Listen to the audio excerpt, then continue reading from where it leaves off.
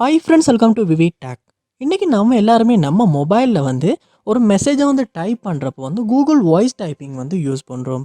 அதாவது நார்மலாக ஒரு மெசேஜை நம்ம கீபோர்டை யூஸ் பண்ணி டைப் பண்ணாமல் நம்ம மொபைல்லையுமே கீபோர்டில் இந்த ஐக்கனை கிளிக் பண்ணி வாய்ஸ் டைப்பிங் அப்படின்றத கொடுத்து கூகுள் வாய்ஸ் டைப்பிங்கில் நமக்கு தேவையானதை நம்மளால் டைப் பண்ணிக்கொள்ள முடியும். ஸோ ரொம்பவே அக்யூரேட்டாக டைப் ஆகணும் கூட சொல்லலாம்.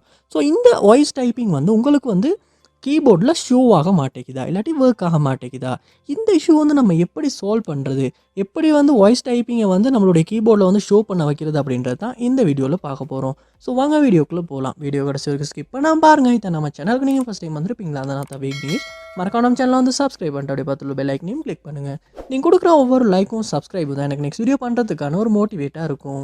நார்மலாக நம்ம கீபோர்டில் இந்த இடத்துல லெட்டர்ஸ் எல்லாமே இருக்கும்.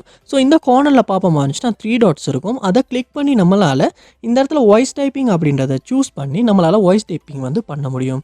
ஸோ உங்களுக்கு இந்த ஆப்ஷன் ஷோ ஆகாட்டி என்ன செய்யுங்க அப்படின்னா, உங்கள் மொபைலில் நீங்கள் செட்டிங்ஸ் ஓப்பன் பண்ணிடுங்க. ஓப்பன் பண்ணிவிட்டு இதில் ஸ்க்ரோல் பண்ணி சிஸ்டம் அப்படின்ற ஆப்ஷனுக்கு போயிட்டு இதில் இன்புட் இல்லாட்டி லாங்குவேஜ் அப்படின்ற ஒரு ஆப்ஷன் ஒன்று இருக்கும். அதையுமே கிளிக் பண்ணுங்கள்.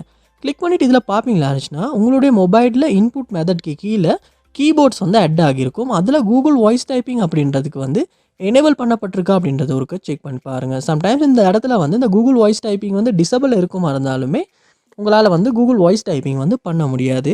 ஸோ டிசபிள் இருக்குமா இருந்துச்சுன்னா இந்த இடத்துல டிக்கை கொடுத்து ஓகே கொடுத்து எனேபிள் பண்ணிடுங்க.